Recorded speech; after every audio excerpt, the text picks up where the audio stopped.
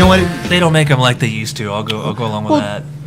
It goes kind of the last scene of the film where Fonda comes back. He gets away. He escapes the ambush by his own men, orchestrated by Bronson, and he comes back to kill Bronson. He could have gone away. He could have left, but he comes back.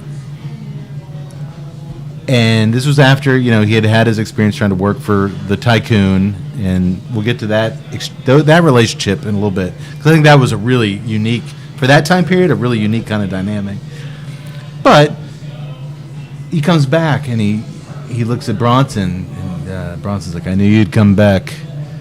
And he's like, yeah, I guess. Or Bronson's like, I guess you couldn't be a businessman after all.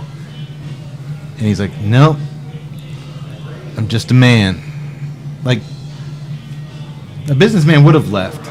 At his core, he's a man, and he's come back to kill your ass because he can't go on with his life knowing that you're alive. This guy, and Tuttle's over there sleeping. Did that not remind you? We're talking about these kind of actors that can convey this don't exist anymore. I hadn't that scene reminded me so much of Heat when De Niro comes back to kill Waingro. I never thought of that, but that's a same theme. Yeah, he had a clean getaway. He had a plane set up. He was ready to get out of there with his girl. He couldn't live knowing he had killed that guy. He could not live knowing that Waingro, who screwed his crew over, was still out there. I guess I couldn't live knowing that you were out there somewhere. And you knew that going in that hotel, he was going to end up dead at the end of the film, just like Fonda. This was not going to end up good for him. But they were men, and they could not go on with their lives knowing that somebody who had wronged them was out there. I'm coming back. I'm going to die doing it, but I got to do it.